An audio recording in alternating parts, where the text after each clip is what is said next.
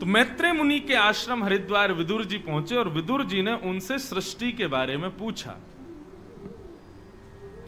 और प्रश्न क्या है, बहुत ध्यान से सुनना।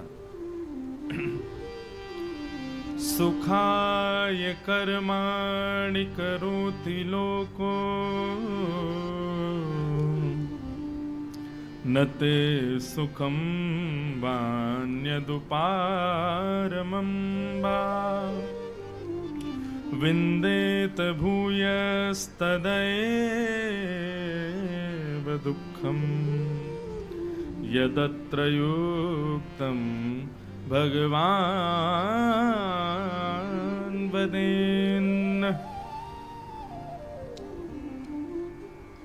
मैत्रेय मुनि से विदुर जी प्रश्न करते हैं, भगवान संसार में हर व्यक्ति कर्म क्यों कर रहा है?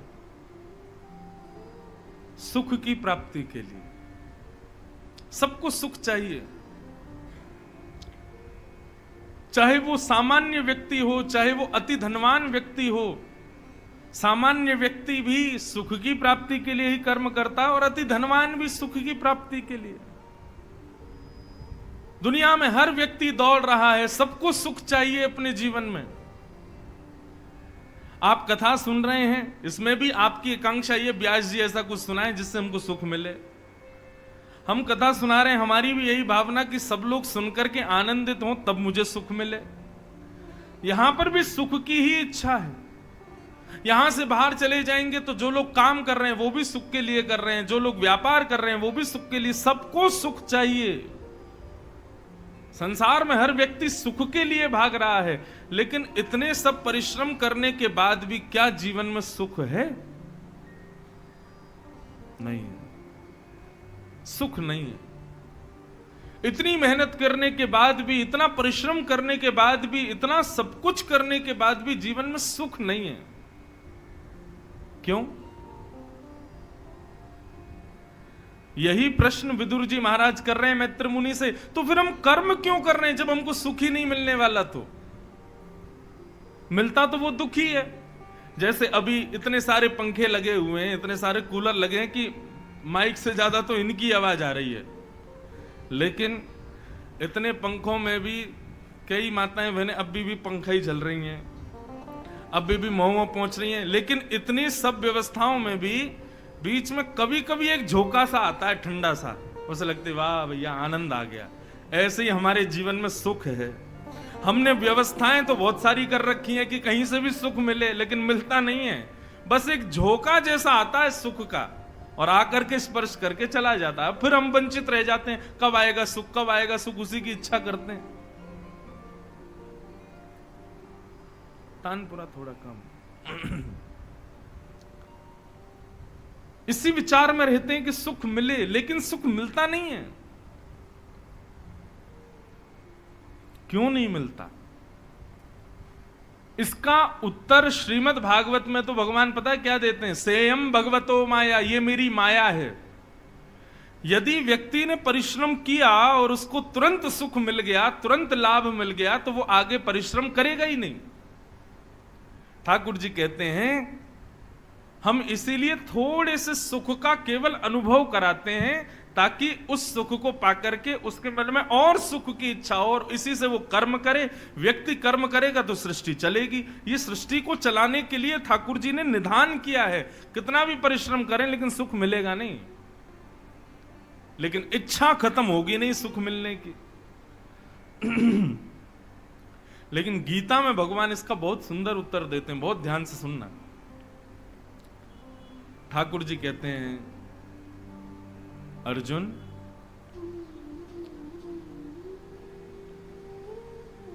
व्यक्ति जीवन में क्या चाहता है?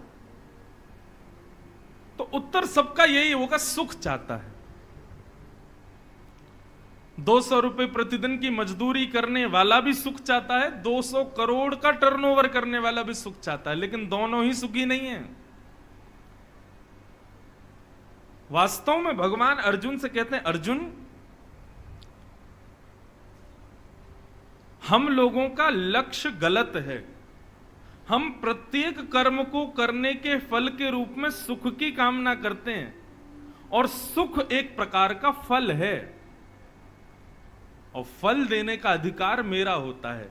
मानव के कर्म से उसको फल कैसा देना है ये मेरे अधिकार में। कर्मण्येवाधिकारस्ते मां फलेषु कदाचन, उसका अधिकार केवल कर्म पर है, फल पर नहीं है। फल देने का अधिकार तो मेरा है। बहुत सूक्ष्मता है बात की, ध्यान से सुनिएगा। अब व्यक्ति मेहनत तो बहुत करता है, लेकिन उसकी इच्छा रहती है मुझे सुख मिले, इसलिए मैं उसको जानबूझ करके सुख देता ही नहीं हूं, ताकि वो और मेहनत करे और कर्म करे और परिश्रम करे, और कभी कभी सुख दे करके दिखा देता हूं भाई सुख मिलता भी है, इसलिए वो और परिश्रम करता है कि मिल तो रहा है तो और पाने के लिए और कर्म करो। लेकिन वास्तव में अर्जुन, कर्म फल त्याग, व्यक्ति को अपने जीवन में यदि सुखी रहना है तो वो केवल कर्म करे, कर्म से मुझे क्या मिलेगा इसका विचार ना करे।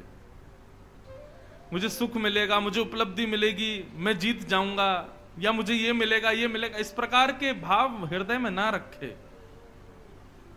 प्रसिद्ध कथा है ना, एक व्यक्ति रोज सोचता था, तेल बेचने के लिए जाता था, 20 रुपया कमाता था, बोले इससे मैं और तेल खरीदूंगा, उनको बेचूंगा तो और पैसा आएगा, उससे फिर मैं बढ़िया अपनी फैक्ट्री बना लूंगा, मैं 400 लोगों को मजदूरी दे दूंगा, मेरा इतना व्यापार हो जाएगा, एक दिन मैं घर बना लूंगा, गाड़ी खरीद लूंगा, ब्याह कर लूंगा, 4 बच्चे होंगे, छोटा वाला बड़ा उद्यमी होगा। अभी एक ही पीपा लेके जा रहा है तेल का, और सोच कहां पहुंच गई उसकी, 4 बच्चे होंगे, यहां तक पहुंच ही गया। 4 बच्चे होंगे, सबसे छोटा वाला बड़ा उद्यमी होगा, बार बार मेरी गोद में आकर के बैठ जाएगा, कभी कुछ करेगा कभी कुछ करेगा, तो मैं गुस्से में आकर के उसको ले जाकर उसकी मां की गोद में पटक दूंगा, और जैसे ही कहा पटक दूंगा तो अपने सिर पर रखा तेल का पीपा ही उसने फेंक दिया, और जितने सपने उसने सोचे सब मिट्टी में मिल गए। यही हम लोगों की स्थिति है। हम कर्म करना प्रारंभ करते हैं, तुरंत हमारा दिमाग सोचने लग जाता है कल ऐसा होगा, परसों इतना मिलेगा, तरसों इतना मिलेगा, फिर उससे ये कर लूंगा, ऋषिकेश में एक फ्लैट खरीद लूंगा, गंगा जी किनारे बैठा रहा करूंगा, जब मन चाहा खिड़की में से ही कूद जाऊंगा गंगा जी में, वहीं तैर लिया करूंगा। ऐसे ऐसे भाव मन में रखते हैं। ठाकुर जी कहते हैं ये ख्वाबों में जीने वाले लोग सबसे ज्यादा दुखी होते हैं। बहुत ध्यान से सुनना, जो बहुत ख्वाब एक्सपेक्ट कर लेते हैं अपने आप से, दूसरों से और अपने जीवन से, सबसे ज्यादा दुखी वही होते हैं। एक्सपेक्टेशंस ऑलवेज हर्ट्स, आशा ही परमम दुखम। इसलिए भैया खुद से भी आशा मत रखो। हां, मैं प्रयास कर रहा हूं, उपलब्धि मिलेगी नहीं मिलेगी इसका मुझे नहीं पता। भाई मेरा दिमाग जब बाहर नहीं जा रहा तो आप लोग क्यों देखते हो, इधर देखो, कथा सुनो। यही तो स्थिरता चाहिए। मैं कह रहा हूं चाहे गंगा जी में उफान आ जाए यहां पे, तब भी हिलना नहीं, यहां से स्थिरता रखो, एक निष्ठ होकर कथा सुनो। ये सब भगवान ही लीला करते हैं। बार बार कहीं से शोर, कभी कोई आ जाता है, कुछ होता, तो हम लोग इधर उधर देखते हैं, भगवान कहते हैं बेटा पक्का नहीं है, तू कच्चा ही है, एक आदमी तेरी स्थिति को खींच लेता है। अब आप सोचो, हम व्यास हैं, हमको सब दिख रहा है, कौन सो रहा है, कौन उबासी ले रहा है, कौन पानी, लोग दिखा दिखा के पानी और पीते हैं हमारे आगे। 4 घंटा से गला सूख जाता है, लोग पानी पी जाते हैं। देखो गया मन। यही तो स्थिति चाहिए, एक निष्ठ रहो। जैसे व्यास जी एकाग्र होकर कथा सुना रहे हैं, आप भी एकाग्र होकर सुनो। ये बार बार मन विचलित मत होने दिया करो, चाहे कुछ हो जाए।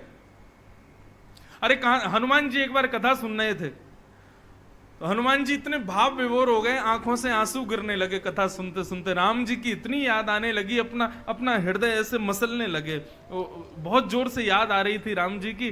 तो राम जी को साकेत में रुका नहीं गया, राम जी प्रकट हो गए, हनुमान जी के सर पर हाथ फेरने लगे। जैसे ही हाथ फेरा तो हनुमान जी ने ऊपर देखा, राम जी खड़े हैं। विरह हो रहा था, कथा सुनते सुनते व्याकुल हो रहे थे, राम जी प्रकट हो गए।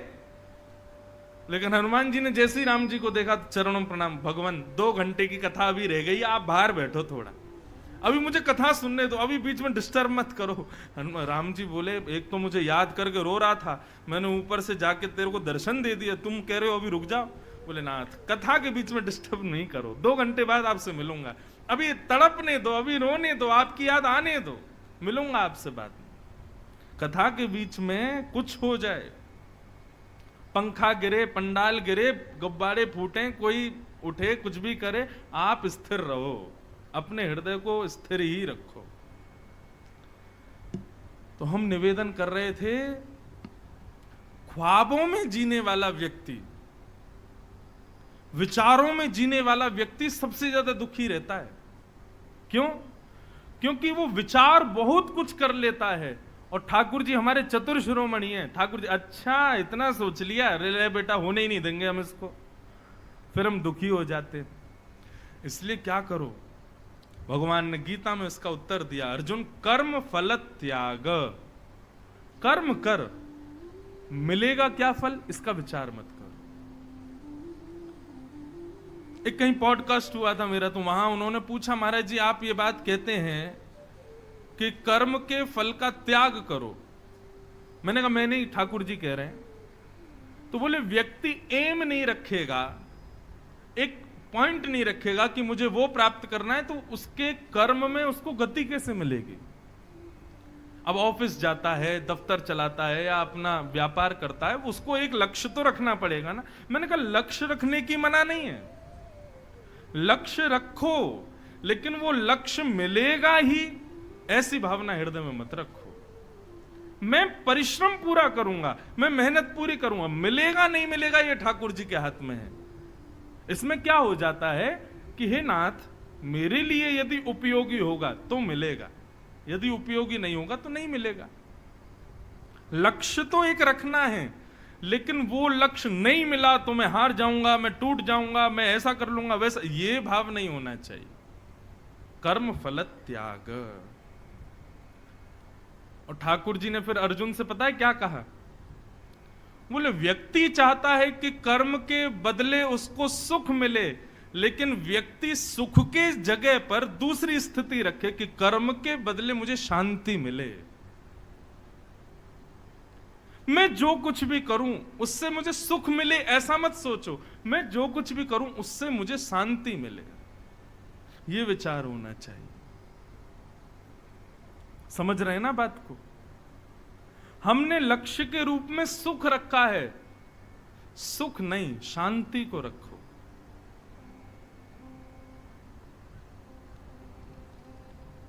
व्यक्ति यदि घर बनावे और ये सोचे कि इस घर में मुझे सुख मिलेगा, तो वो गलत सोच रहा है। वो सोचे क्या, इस घर में मुझे शांति मिलनी चाहिए। क्योंकि कई घरों में हम लोग जाते हैं, हम तो कथा करते हैं, दुनिया भर के घरों में जाते हैं।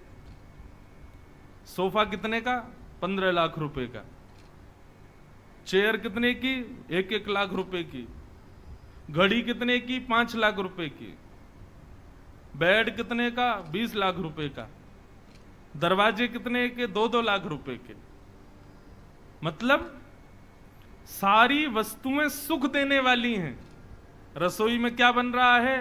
बोले छिलके की दाल और रूखी रोटी। महाराज जी खा नहीं सकते, कोलेस्ट्रॉल हो गया है ना, शुगर बढ़ गया है हमारा। अरे आप तो सुख पाना चाहते थे, फिर क्या हुआ? सुख के लिए आडंबर तो इतनी व्यवस्थाएं कर ली, लेकिन हैं कैसे? दुखी हैं। सुख नहीं, शांति की इच्छा रखो, मुझे शांति मिले। ऋषिकेश लोग क्यों आते हैं? सबकी विचारधारा कुछ भी हो, लेकिन यहां पर भजननिष्ठ व्यक्ति इसलिए आता है क्योंकि उसको शांति प्राप्त होती है, सुख मिले। सुख खोजने के लिए आप ऋषिकेश आओगे तो हो सकता है 2-4 दिन में आप पूर्ण हो जाओ, 2-4 दिन में वापस घर जाने की इच्छा होने लग जाए। लेकिन शांति की कामना से आओगे, महीना भर निकल जाएगा, आपको पता भी नहीं चलेगा। अब ये पुरुषोत्तम मास है, लोग 1-1 महीना रह रहे हैं यहां पर। वो सुख की इच्छा से नहीं आए हैं, शांति की इच्छा से आए। और शांति कैसे मिलती है? त्यागात् शांति अनंतरम। जितना कम सामान उतना सफर आसान। जितना बर्डन कम रखोगे अपने सिर पर, जितना बोझ कम रखोगे, उतने ज्यादा प्रसन्न रहोगे। बेटे की भी चिंता, बेटी की भी चिंता, पति की भी चिंता, माता पिता की भी चिंता, अपनी भी चिंता, घर की चिंता, व्यापार की चिंता, वहां की चिंता, सबकी चिंता आपको सतावे तो कैसे सुखी रहोगे? सबको छोड़ो उनके भरोसे। जितना कम बोझ सिर पर रखोगे, जितना त्याग करोगे, उतने ज्यादा शांत रहोगे। हमारे पूज्य पिताजी महाराज, वो बचपन में जब मैं स्कूल जाता था तो मुझे ज्यादा मित्र नहीं बनाने देते थे। बनाने नहीं देते थे मतलब क्या? ऐसा नहीं कि स्कूल आके देखते थे कि कोई मित्र तो नहीं है, ऐसा नहीं। लेकिन घर पर कई बार स्कूल के मित्र आते थे तो हमारे पिताजी एकांत में बैठ के मुझे समझाते, बेटा 2-4 मित्र ठीक हैं, तुम्हारे 15-20 मित्र आते हैं, ये अच्छी बात नहीं है। मैंने कहा पिताजी सबके होते हैं, हमारे क्यों नहीं? तो वो आध्यात्मिक तर्क समझाते थे, बहुत सुंदर बात। वो कहते थे देखो जितने मित्र ज्यादा बनाओगे उतने दुखी रहोगे। मैंने कहा क्यों? बोले कल को किसी मित्र को कोई दिक्कत हो गई तो दुखी तुम होगे, परसों फिर दूसरे को हो गई, फिर दुखी तुम होगे, तरसों, क्योंकि मित्र के दुख में दुखी होना पड़ता है, मित्र के सुख में सुखी होना पड़ता है। अब सोच लो तुमने 365 मित्र बनाए तो साल भर दुखी रहोगे, क्यों? हर दिन कोई ना कोई दुखी है। इसलिए जितने कम मित्र, जितने कम संबंध, उतने ज्यादा सुखी। व्यक्ति की स्थिति क्या हो गई, आज वो सबसे संबंध बनाना चाहता है, और सबसे ज्यादा संबंध बनवाने वाले आज की डेट में ये सोशल मीडिया है, हैं? 10,000 मित्र हैं महाराज लोगों के। हमारे नहीं है, हमारे तो पथिक हैं, हमारी बात सुन सुन के लोग पथ पे चलते, मित्र कोई नहीं है। कहीं आप कहो महाराज जी आपके तो आपके भी तो हैं फॉलोअर इतने, उसमें तो आप भी, आपके भी इतने, मित्र नहीं है, वो सब सुनने वाले हैं, कथा सुनकर के आनंद वैकुंठ जाने वाले लोग हैं वो। हमारी जितनी फेसबुक पे, इंस्टाग्राम पे लोग बढ़े, समझो उतने लोग वैकुंठ जाने वाले हैं क्योंकि वो कथा सुनते हैं, वैष्णवता है। मतलब संबंध जितने ज्यादा अपने जीवन में बनाओगे, जितने ज्यादा लोगों को अपने पास रखोगे, जितने ज्यादा लोगों की जिम्मेवारी, उतने दुखी होते चले जाओगे। कम रहो।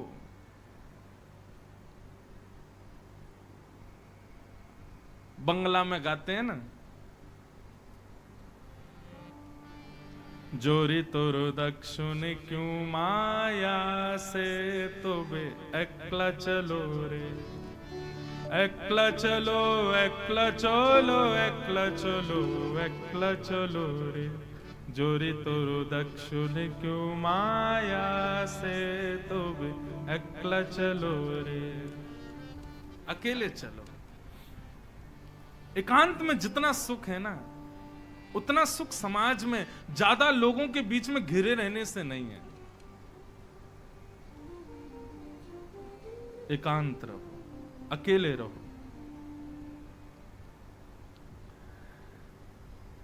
तो प्रश्न क्या था कि महाराज सुख के लिए सब लोग कर्म कर रहे हैं, तो फिर सुखी क्यों नहीं है? सेम भगवतो माया, ये भगवान की माया है। विदुर जी महाराज ने दूसरा प्रश्न किया, महाराज दूसरा प्रश्न मेरा यह है कि पूरी प्रकृति भगवान ने बनाई है, एक छोटी सी चींटी को भी भगवान ने बनाया, हाथी को भी भगवान ने बनाया। बोले जी, तो सबको बनाने वाला जब एक ही व्यक्ति है तो सबकी विचारधारा एक जैसी क्यों नहीं है? सबका रूप एक जैसा क्यों नहीं? सबके स्वभाव एक जैसे क्यों नहीं? सब अलग अलग क्यों बनाए? इसका उत्तर भी यही दिया कि भैया ये भी भगवान की माया, एक जैसा सब कुछ बना देते। अब विश्वास, अब आप खुद सोचो, सबको भगवान अगर तृप्त कर देते, सब सुखी हो जाते, संसार कैसे चलता? अब आपको कहना है भैया ये सामान गिर गया, इसको पहुंचने के लिए किसी को बुलाओ। अब वो भी व्यक्ति सुखी है, वो क्या कहेगा, मैं क्यों आऊं, मुझे क्या जरूरत? वो बेचारा धन की कामना करना चाहता है, इसलिए वो आएगा, आकर के झुकेगा, उसको साफ करेगा। सभी सुखी हो जाएं, सभी तृप्त हो जाएं, सभी मंगलमय हो जाएं, तो संसार कैसे चलेगा? गंगा जी पार करनी है, आपने केवट को कहा भैया पार कर दो, बोले नहीं है समय मेरे पास। क्यों? मेरे पास खूब धन है, मुझे जरूरत ही नहीं है, तुम्हारे 20 रुपए लेके मैं क्या करूंगा? वो निर्धन है, वो सुखी नहीं है, वो अपने जीवन में अतृप्त है, इसीलिए तो तृप्ति के लिए आपको पार कर रहा है। हर व्यक्ति एक दूसरे का पूरक क्यों बन जाता है? क्योंकि वो अतृप्त है अपने जीवन में। ठाकुर जी ने हम सबको अतृप्त बनाया, नहीं बनाएंगे तो फिर संसार में रह नहीं पाएंगे हम। जिस दिन तृप्ति हो जाएगी उस दिन हिमालय में ही जाओगे, फिर सूरत में नहीं रहोगे आप, फिर चेन्नई में नहीं रहोगे, फिर दिल्ली कलकत्ता बंबई में नहीं रह सकते। जिस दिन तृप्ति हो गई सब छोड़ छाड़ के चले जाओगे। जब तक अतृप्त हैं तब तक रह रहे हैं। विदुर जी ने पूछा, मुझे नहीं समझ आ रहा है, जरा विस्तार से बताइए भगवान इस सृष्टि को कैसे बनाते हैं और क्या देह है। तब सृष्टि प्रसंग प्रारंभ होता है। तो सबसे पहले ब्रह्मा जी किसको बनाते हैं? उद्भिद।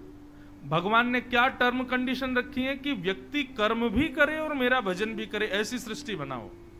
तो सबसे पहले ब्रह्मा जी ने उद्भिद बनाए, जमीन से प्रकट होने वाले वृक्ष, पौधे, पेड़, ये सबसे पहले आने वाले पृथ्वी के जीव हैं। सबसे पहले इनका प्रादुर्भाव हुआ।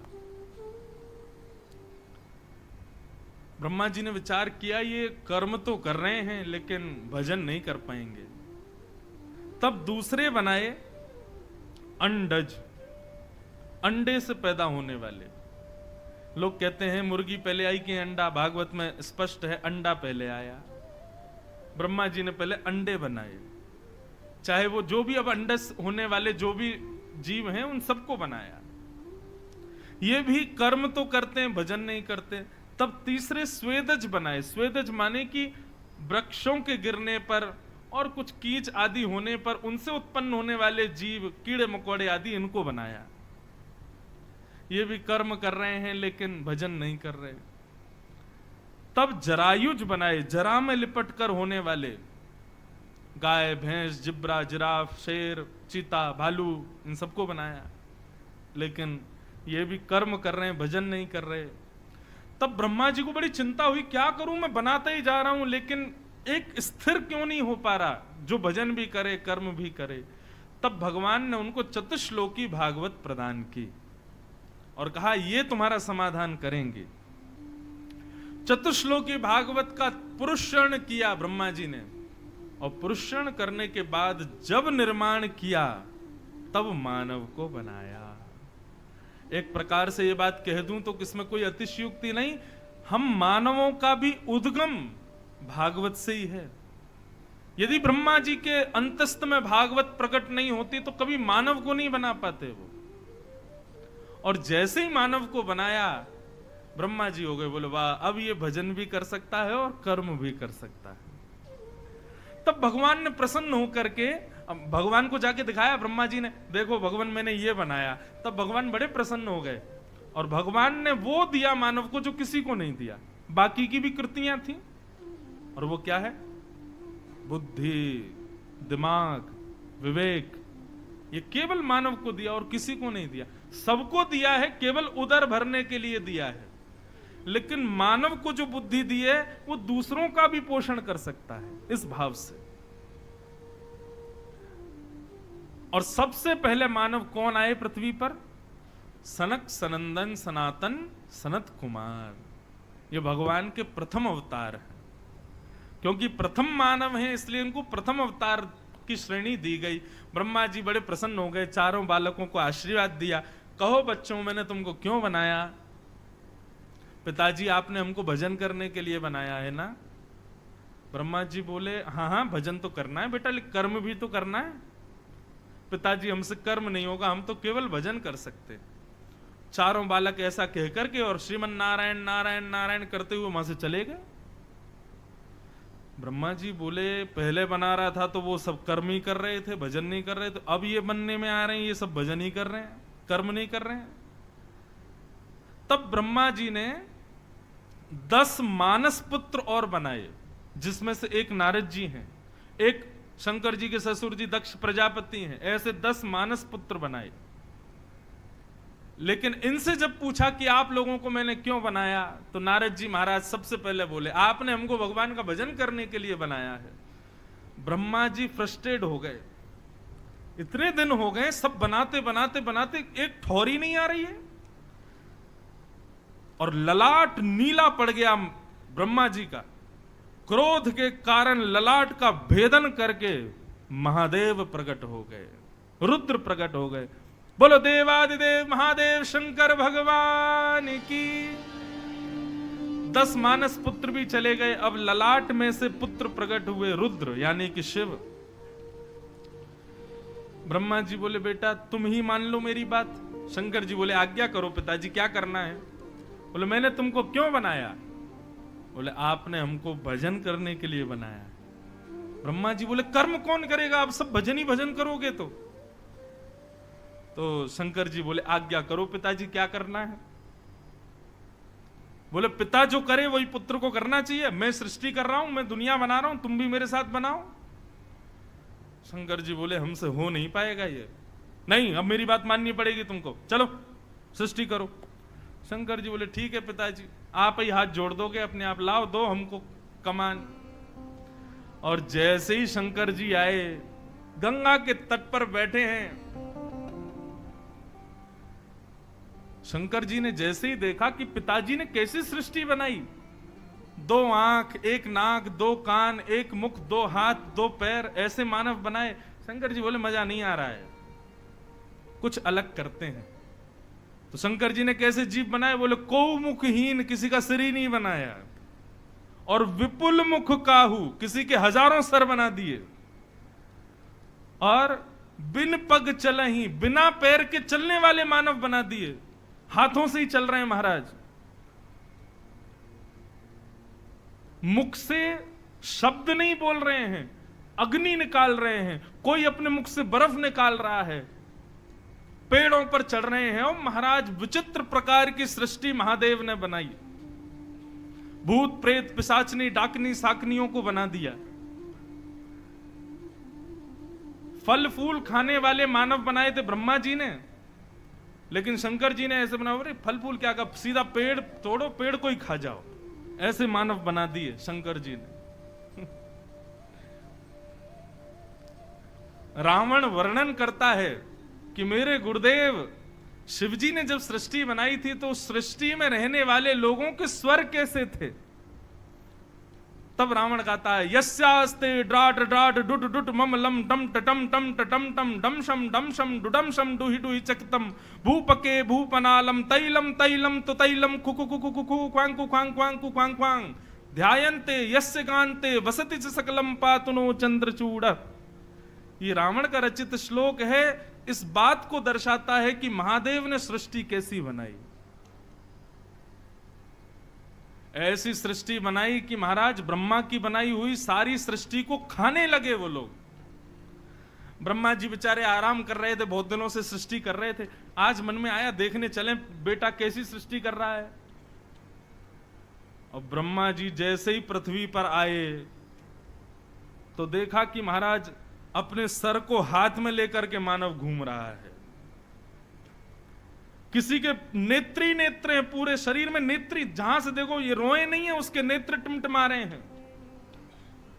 मुख से अग्नि निकाल करके कोसों के जंगल को जला दे रहे हैं, हूं करते हुए घूम रहे हैं, तेल की कढ़ाई में नहा रहे हैं। ऐसे विचित्र, उसका वर्णन विषय नहीं है, डर जाएंगे नहीं तो।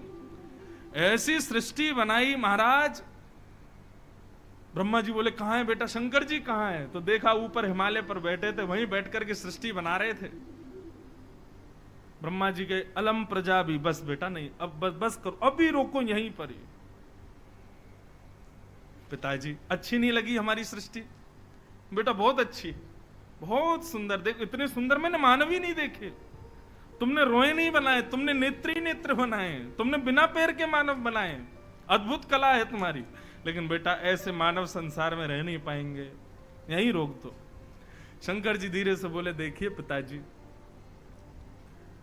ये मेरा कर्म नहीं है सृष्टि बनाना, मैं तो उस परम सत्ता के ध्यान के लिए मेरा अवतरण हुआ है, मैं उनका स्मरण करने के लिए पृथ्वी पर आया हूं। लेकिन पिता की आज्ञा थी इसलिए मैंने मानी, लेकिन वास्तव में मुझसे ये नहीं हो पाएगा। आप मुझे आज्ञा दीजिए, मैं भजन करना चाहता हूं। और रही बात, जितनी सृष्टि मैंने बनाई सब मेरे साथ ही रहेंगे।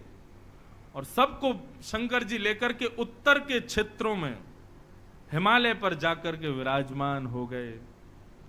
बोलो देवादिदेव महादेव शंकर भगवान की।